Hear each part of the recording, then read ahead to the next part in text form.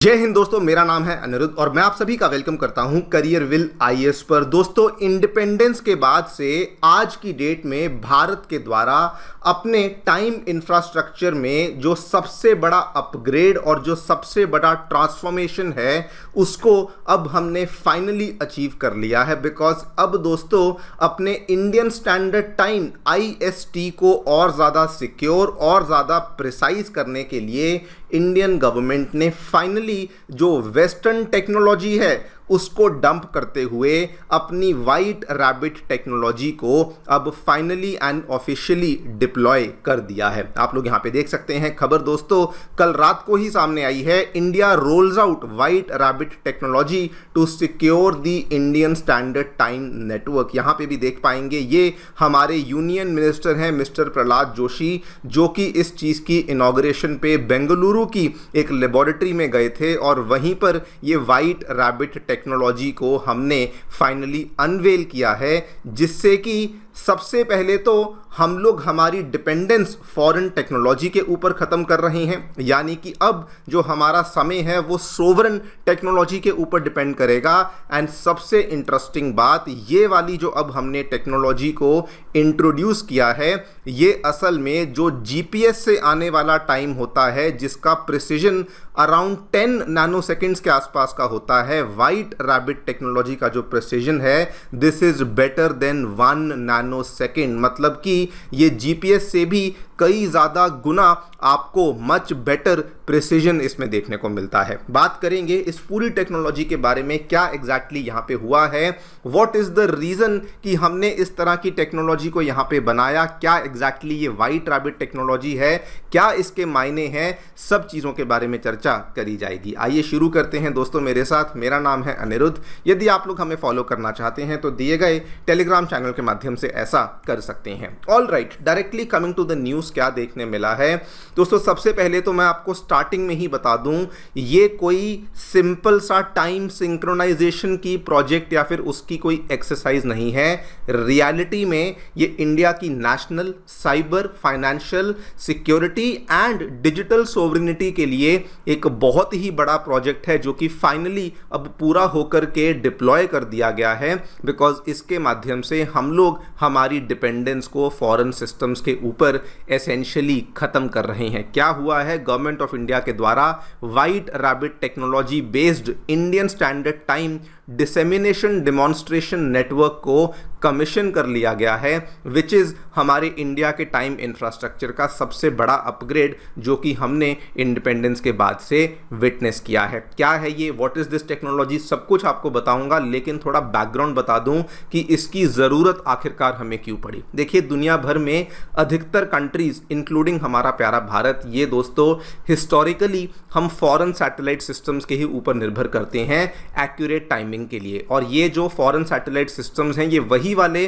Systems हैं जो कि आमतौर पे नेविगेशन के लिए जाने जाते हैं, जैसे कि अमेरिका का GPS हुआ, रशिया का ग्लोनास हुआ, यूरोपियन यूनियन का गैलीलियो हुआ। इंडिया के केस में हमारी जो मेजर डिपेंडेंस थी लाइक मेनी अदर कंट्रीज, वो अमेरिका के GPS के ही ऊपर थी। ये वाली जो सिस्टम्स हैं ये नेविगेशन और लोकेशन सर्विसेज देने के साथ साथ टाइम सिंक्रोनाइजेशन की भी सर्विसेज प्रोवाइड करती हैं। बिकॉज इन्हीं सैटेलाइट सिस्टम्स के अंदर आपको बहुत ज़्यादा एक्यूरेट एटॉमिक क्लॉक देखने को मिलते हैं जो कि धरती पे एटॉमिक क्लॉक सिग्नल्स को भी भेजते हैं। लेकिन इस डिपेंडेंस के साथ आती है एक बहुत बड़ी वल्नरेबिलिटी। वो इसलिए बिकॉज आज की डेट में अगर आप आज एक बाहर की कंट्री के ऊपर डिपेंडेंट हो अपने टाइम जैसी चीज़ के लिए, तो कल को कोई भी फॉरेन कंट्री जो है वो टाइम के सिग्नल को डिग्रेड कर सकती है, उसको स्पूफ भी कर सकती है, जैम भी कर सकती है, एंड सबसे बड़ी बात कुछ कुछ केसेस में वो आपके लिए एक्सेस को डिनाई भी कर सकती है। और अगर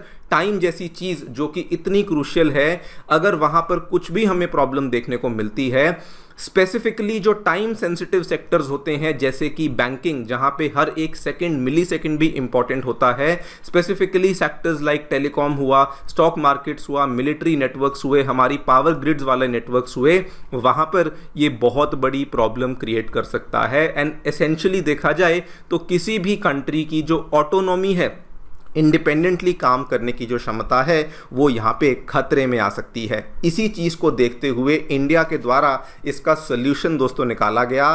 the solution was one nation one time, और यही वन नेशन वन टाइम वाली एक्सरसाइज के चलते ये Indian standard time distribution network को फाइनली लॉन्च कर दिया गया है। ऑब्जेक्टिव बड़ा सिंपल है कि हमें किसी भी तरीके से फॉरेन टाइमिंग सिग्नल्स के ऊपर डिपेंड नहीं करना है, एंड इंडिया के अंदर काम करने वाले जितने भी स्टेक होल्डर्स हैं, मैं सारे इंपॉर्टेंट, आप जैसे मुझ जैसे लोग तो ऑब्वियसली हैं ही, लेकिन जो क्रूशियल स्टेक होल्डर्स हैं जैसे कि हमारी बड़ी बड़ी पीएसयू कंपनीज हुई, हमारे डिफेंस वाले एरियाज हुए, टेलीकॉम कंपनीज हुई, उन सभी को एक Indian authenticated Indian standard time वहाँ पे दिया जाएगा, जिसको कि इंडिया के ही अंदर जनरेट किया जाएगा।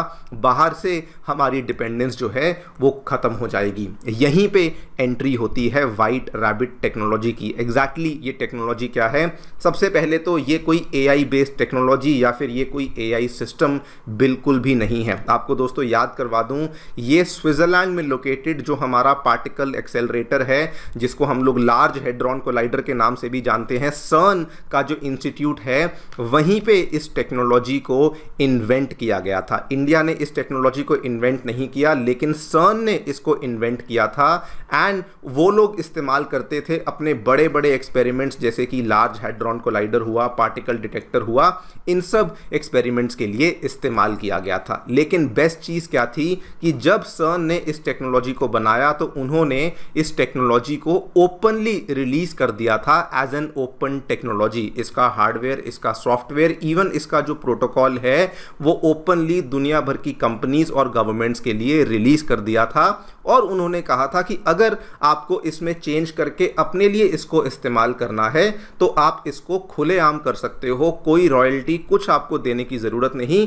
ये सारे वर्ल्ड के लिए हमने ओपन कर दिया। बस इंडिया ने क्या किया, वही वाली टेक्नोलॉजी को वहाँ से उठाया जो कि ग्लोबली प्रूवन थी, वही वाली टेक्नोलॉजी को उठा के उसको थोड़ा मॉडिफाई किया, और अपने जितने भी हमारी लेबोरेटरीज हैं, जितना भी हमारा टाइम नेटवर्क है, उसके साथ इसको इंटीग्रेट किया। किस किस चीज़ के साथ? हमारी न्यू दिल्ली में लोकेटेड CSIR की national physical laboratory, Indian standard time network के साथ, BSNL के फाइबर नेटवर्क के साथ, रीजनल रेफरेंस स्टैंडर्ड लेबोरेटरीज जो कि बेंगलुरु में, चेन्नई में, और मेरा ख्याल है शायद कलकत्ता में भी देखने को मिलती हैं, क्रिटिकल नेशनल इंफ्रास्ट्रक्चर के साथ इसको इंटीग्रेट किया, और वहीं से दोस्तों पैदा हुई इंडिया की खुद की व्हाइट रैबिट टेक्नोलॉजी, जिसको कि हमने अपने हिसाब से मॉडिफाई कर लिया है। एग्जैक्टली क्या क्या इसमें इस्तेमाल किया गया है? IEEE 1588 precision time protocol, synchronous Ethernet जिसको सिंक ई कहा जाता है, हार्डवेयर बेस्ड डिले मेजरमेंट। ये चीज़ें काफ़ी टेक्निकल हैं, बहुत ज़्यादा गहराई में आपको जाने की आवश्यकता नहीं, लेकिन एक बेसिक आइडिया आपको दे दूं कि these are the main technologies जो कि यहाँ पे इस्तेमाल करी गई हैं। अगर आपके माइंड में ये आता है कि इसको व्हाइट रैबिट क्यों कहा जाता है, दोस्तों एक कार्टून सीरीज थी एलिस इन वंडरलैंड, उसके अंदर एक कैरेक्टर था व्हाइट रैबिट जो कि लिटरली प्रिसाइज टाइम के साथ बहुत ऑब्सेस था। आप इसकी फोटो भी देख सकते हैं, इसके हाथ में ये घड़ी पकड़ी हुई है, एंड वहीं से ये वाले नाम को बेसिकली चुना गया। इसी टेक्नोलॉजी के आधार पे दोस्तों इंडिया ने एसेंशियली अपने खुद के लिए इंडियन स्टैंडर्ड टाइम को जनरेट करने की टेक्नोलॉजी डिप्लॉय करी, एंड अपनी जो डिपेंडेंस है वो बाहर की कंट्रीज़ के ऊपर एसेंशियली ख़त्म कर दी है। इसकी सबसे इंटरेस्टिंग बात यह है कि ये जीपीएस से आने वाले टाइमिंग से भी ज़्यादा एक्यूरेट है। जीपीएस से आने वाले टाइमिंग का जो प्रिसीजन है वो 10 ऑफ नैनोसेकंड के आसपास है, लेकिन व्हाइट रैबिट आपको 1 नैनोसेकंड तक का प्रिसीजन ऑफर कर देता है। एग्जैक्टली ये सिस्टम काम कैसे करेगा? बड़ा ही सिंपल इसका सिस्टम है। इंडिया दोस्तों ऑफिशियल इंडियन स्टैंडर्ड टाइम को मेंटेन करेगा यूजिंग दी एटॉमिक क्लॉक्स, अपनी वही CSIR वाली जो नई दिल्ली की लेबोरेटरी है NPL में।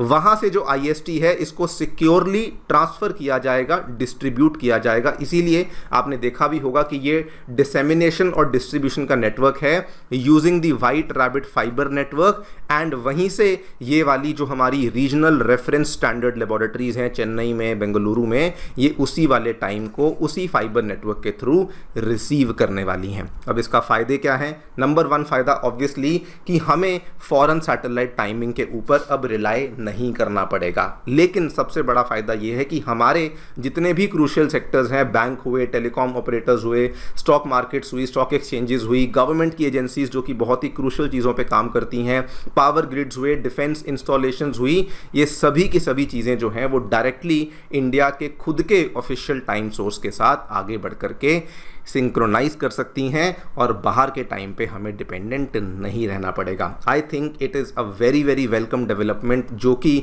फाइनली हमारी साइंटिफिक कम्युनिटी के द्वारा अचीव कर ली गई है। वैसे आपको ये भी बता दूं, ये जो प्रोसेस है, चूंकि टाइम की बात हो रही है, this is a very very amazing prime example of multi institutional collaboration, because इसमें एक इंस्टीट्यूशन इंक्लूडेड नहीं था, इसमें दोस्तों कई सारे स्टेक होल्डर्स इंक्लूडेड थे।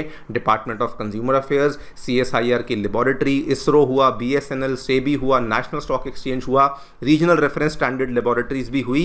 इन सभी ने मिलकर के काम किया, तब जाकर के हम इस टेक्नोलॉजी को नेशनल लेवल पे डिप्लॉय कर पाए हैं। इसीलिए अगर आप देखें तो इसको इनॉग्रेट करने भी हमारे जो मिनिस्टर ऑफ कंज्यूमर अफेयर्स हैं श्री प्रहलाद जोशी जी, उनके द्वारा ही इसकी इनॉग्रेशन को बेंगलुरु में किया गया। देखते हैं आगे चलकर क्या होता है। आप लोग क्या सोचते हैं डेफिनेटली बताएं कमेंट सेक्शन में। Thank you so much for listening, stay tuned.